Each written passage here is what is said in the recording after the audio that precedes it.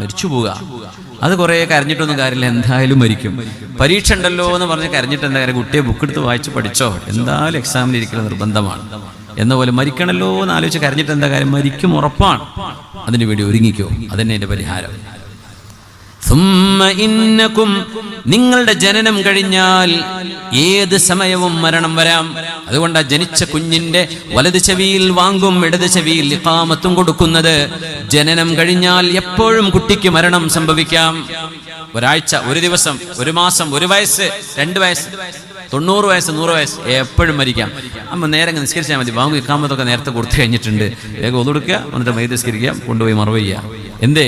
ജനിച്ചപ്പം കൊടുത്തിട്ടുണ്ട് വാങ്ങും ഇഖാമത്ത്. Any time ഇയാൾക്ക് മരണം സംഭവിക്കാം. നോക്കണേ, ജനാസ നിസ്കരിക്കാനുള്ള എല്ലാവിധ സംവിധാനവും ജനിച്ച ഉടനെ തന്നെ ചെയ്തു വെക്കപ്പെട്ട് കഴിഞ്ഞു. വാങ്ങു കൊടുത്താലും ഇല്ലെങ്കിലും വാങ്ങു കൊടുത്ത പോലെ. പിന്നെ ജനാസക്ക് വാങ്ങു കൊടുക്കൂല, മയ്യിത്ത് വെച്ചിട്ട് ആരെയും വാങ്ങു കൊടുക്കില്ല. എന്തേ? അതൊക്കെ നേരത്തെ കൊടുത്തു കഴിഞ്ഞു. ജനിച്ചോ, എപ്പോഴും മരിക്കാം. എൻ്റെ കുട്ടീനെ എന്തേ അള്ളപ്പോ അതൊന്നും പറയണ്ട.